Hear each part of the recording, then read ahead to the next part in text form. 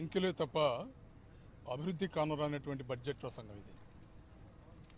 Budget start చేసిన నుంచి కూడా చివరిదాకా ముఖ్యమంత్రి గారిని లోకేష్ గారిని పొగడానికి సరిపోయింది తప్ప వాస్తవాలు ఎక్కడా కూడా అందులో ప్రతిబింబించాల.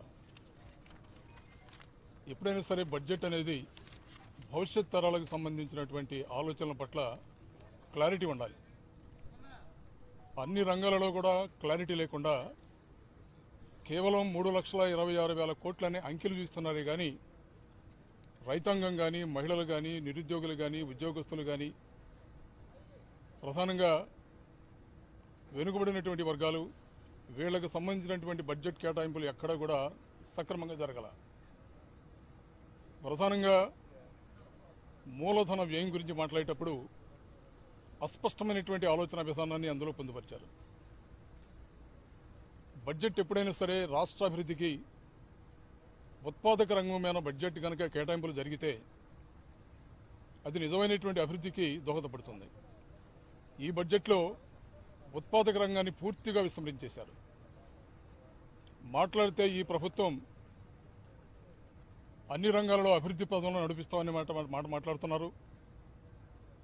ఉత్పాదక రంగం మీద అభివృద్ధి కేటాయింపులు జరగనప్పుడు ఎలాంటి అభివృద్ధిని వీళ్ళు చేస్తారు?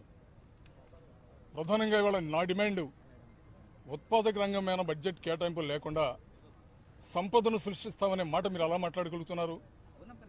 పూర్తిగా ప్రజలను మోసం చేసే బడ్జెట్ ఈ బడ్జెట్.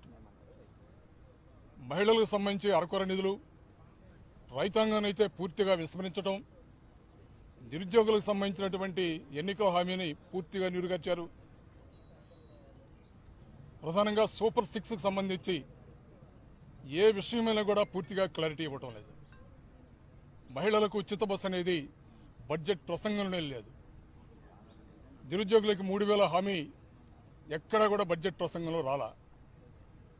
రైతాంగాన్ని ఆదుకునే విషయంలో కూడా అసంపూర్ణమైనటువంటి అరకొర బడ్జెట్ విధానాలని ప్రవేశపెట్టారు. ప్రధానంగా నా ఆలోచన ఉత్పత్తి రంగాల మీద సంపూర్ణమైనటువంటి బడ్జెట్ కేటాయింపులు జరగకుండా సంపద సృష్టిస్తామన్నటువంటి మీరు మాట్లాడే మాటలు రాష్ట్ర ప్రజానీకాన్ని మరోసారి మోసం చేసినట్టు అవుతుంది. దీని మీద సంపూర్ణమైనటువంటి విశ్లేషణ రాబోయే బడ్జెట్ మీద విశ్లేషించే రోజుల్లో